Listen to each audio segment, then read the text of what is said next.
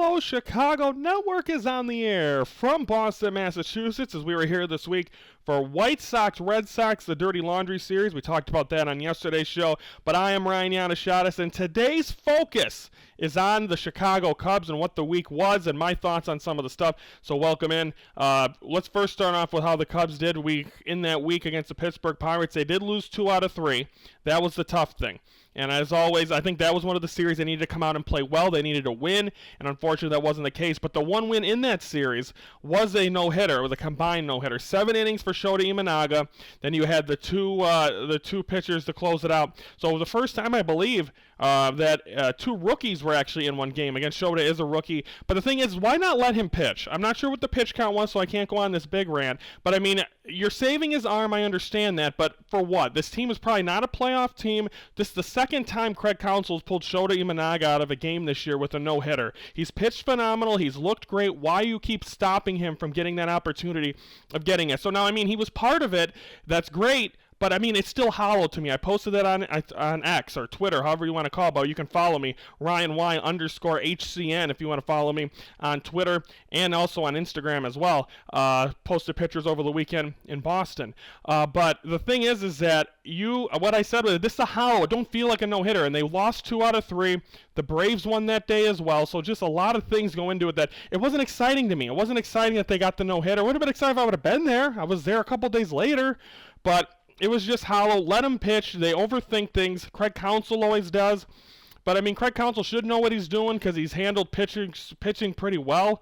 But, I mean, now with the changes in where you can only, with the rules where you have to face 3 batters, that's been the problem as well for old Craig Counsell in weeks to come. So they did get the no-hitter. So they lose 2 out of 3 to the Yankees, or to the 2 out of 3 to the Pirates. The Yankees come in. We're going to talk about the Friday game. I was there. Anthony Rizzo's return. And it was a great atmosphere. I think this was I think this was the only 120 Friday game. Try to get to 1 or 2 a year, usually with my dad. My dad suffered a massive heart attack back in 2021 or 2022. So he's been recovering from that, and now he don't really like to do things anymore. So that was usually our thing, the Friday 120 game. So nice to be able to go. I went with Brandon. But yeah, so the atmosphere was different. Went to Al's Beef, first time going there. Again, I don't do the Chicago touristy things. So, I mean, getting a chance to do that stuff more. So I got a chance to go to Al's Beef, try that out. A lot of famous people have been there. So thanks for the recommendation from someone that my mom knows, because they asked, have you been to Al's Beef? No. Usually do the same thing. Either Bernie's or go to D'Agostino's Pizza are usually my 2 spots in Wrigleyville. But anyway, so we do that. Then we get to the game. Just a different atmosphere. I don't know if it was the Friday 120 game. New York Yankees in town. Anthony Rizzo in town. It was a great feel. You saw Anthony Rizzo. You saw Anthony Rizzo Cub jerseys. You saw Anthony Rizzo Yankee jerseys. A lot of Yankee fans. Like I said, it's a tourist destination to come to Wrigley Field, obviously.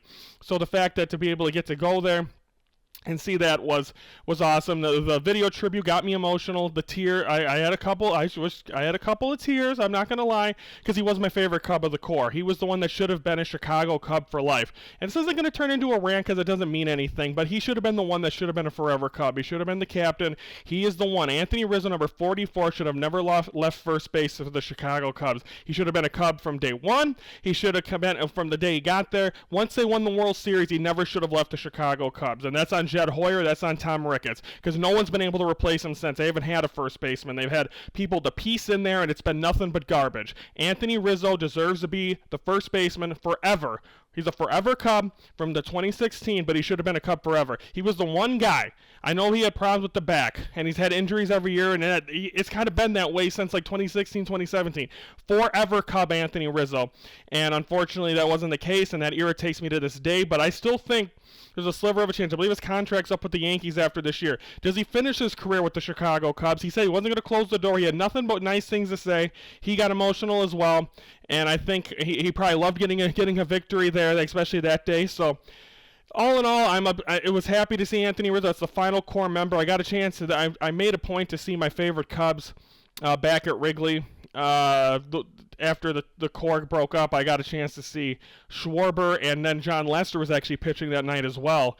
Got to see them. Got to see Wilson Contreras as a Cardinal. Got to see Bryant. I've seen Bryant twice as a Giant, as a Rocky, and then seeing Baez and Rizzo this year. And Baez and Rizzo is actually. And we talked about it on yesterday's show. Ryan was there. It's going to be a show we're going to promote through the holiday season, and I have taken footage of all these games that I've gone to. So you are going to see a lot of this stuff. So Ryan was there, premieres this holiday season. Over the holidays, and looking forward to show you all that because I put a lot of work into that as well, my editing. And you're going to take a look at all the ballparks because, again, Boston was my last one this year. I've hit 28. So between that and then also some other games at Wrigley Field as well. So that's all coming up this winter, this holiday season. Ryan was there, premieres. Looking forward. Hope you guys all enjoy that as well. But Anthony Rizzo gets to come back to Chicago. Cubs are in LA, and the Cubs are basically, this is a tough stretch, and I think they're basically out of it. So to close this episode, we're going to show you the standings, exactly where they're at, their upcoming schedule. They have the Rockies over the weekend. Then they return home, which the schedule gets easier from there on out, but doesn't matter anymore. I'm not sure. And we shall see on that as well. So we're just going to roll with it, and we'll see where the Cubs will be next week when we focus on them. Tomorrow we're going to focus on the 2024-25 second game of the season for the Northwestern Wildcats as they play.